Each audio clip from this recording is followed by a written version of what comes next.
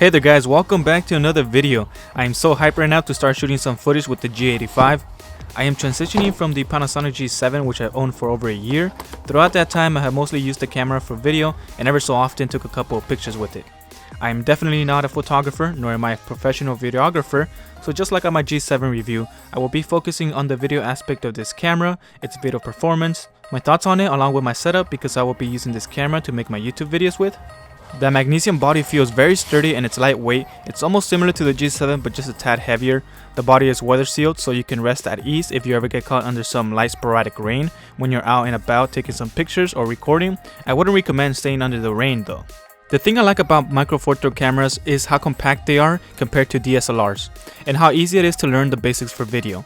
The camera provides a comfortable grip that makes it easy to carry one-handed. Carrying on, the lens kit it comes with, in my opinion, is great.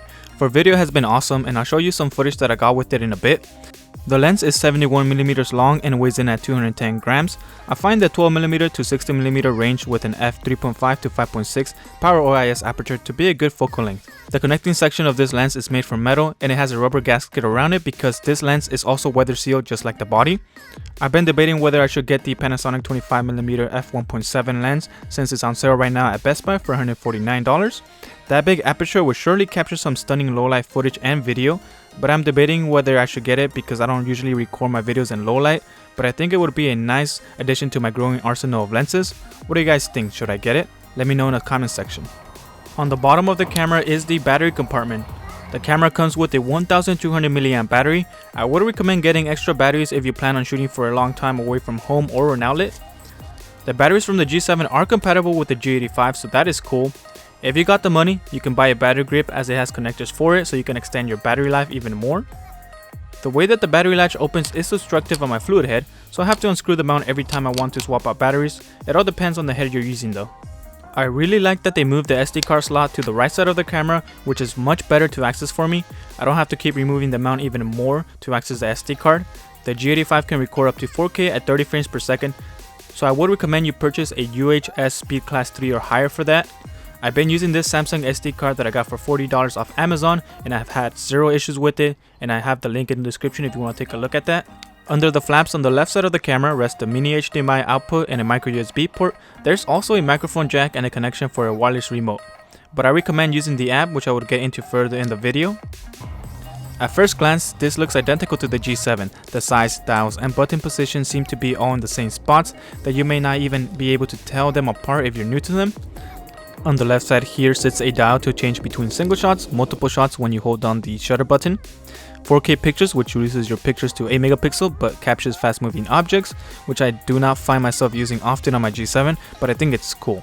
You can also quickly switch to a timer, which you can set to take a picture in a countdown of 2 seconds, 10 seconds, or take 3 pictures within a countdown of 10 seconds for the times you don't have someone to take a picture of you. Then on this side you got more dials to choose your mode. I mostly have mine set to aperture priority for pictures or automatic. For night shots with the G7 I would go into the scenes and select handheld night shots, which got me more clear pictures in low light. There's no need for me to use that since the IBIS in this camera stabilizes my pictures very well in low light. The camera has this dedicated recording button here. When you set the mode to movie mode, you can use the shutter button to stop or play your recording.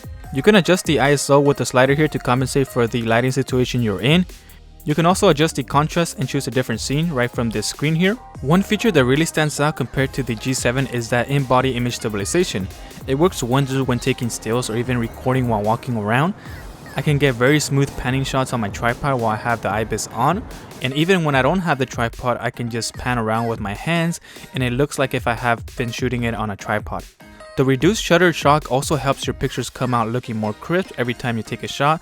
I've gotten blurry pictures every now and then, but the likelihood is dramatically less than when I'm taking pictures on my G7 without a tripod. I can finally use my 40 to 150mm zoom lens without depending on my tripod all the time to get stable pictures. And I can even use my macro extension tubes to get macro shots handheld. I was very excited when I saw how clear the pictures turned out. It's just amazing. It worked great when I put it on my 40 to 140mm lens. I no longer had to be really close up or use a tripod to get stable macro shots, so that was also awesome. So this has a hot shoe to use with an external flash. The built-in flash is good for just about every occasion, but sometimes an external flash is preferred as you can direct the light to bounce off ceilings instead of going directly on your subject, casting shadows, well, depending on the look you're going for. You can see a quick comparison here between no flash, camera flash, and external flash that I use with it. This also serves as a cold shoe to use with an external microphone if you're looking to get better audio quality. Now let's check out the audio quality from the camera. Okay, so I switched back to the microphone on the camera. And I don't know what else to say, so I'm just gonna keep on talking so you guys can get a feel of what the audio quality is gonna sound like if you decide to just use the microphone from this camera while you're making your videos. Alright, so I put on the Kamaka microphone that I've been using on my G7 onto the G85, and this is what the audio sounds like with it on, and I have the microphone flipped facing me so you guys can hear me better, since this is a directional microphone, so if I had it facing forward I would sound really low. Another awesome feature that the camera has is the built-in Wi-Fi, which allows you to connect to the camera using the Panasonic app, which you can get both on iOS and Android. I have been using this a lot on my G7 to transfer photos right away from my camera to my phone, and it's very quick. You can also use this instead of the timer to take pictures using your phone as a remote to stop or record. I would strongly recommend that you try this feature out if you haven't already, because this feature has been really helpful for me since I am a one-man team. And if you are a one-man team, then you might just find this feature just as helpful as I have. But as amazing any product can be, they all have their cons. With the G85, it doesn't have a headphone jack, so you won't be able to monitor audio, and you won't find it either on the G7. So this can be a deal breaker for all of you out there looking to monitor audio. A smaller con is that the microphone jack has been moved to the side of the camera where it interferes with the articulating screen. It's not a major issue, just a minor inconvenience. I just have to remember to flip the screen before opening it all the way. It's no biggie for me, but I just thought it's worth mentioning. So the autofocus is good on the G85. It's way better than on the G7, that's for sure. Alright, so we are at the end of the video now. To sum this up, this camera is amazing.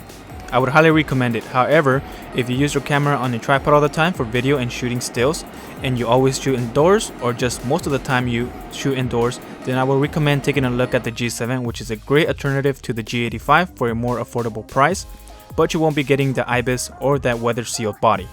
So let me know your thoughts on the G85 in the comment section, and thanks for watching, and I'll talk to you on the next video.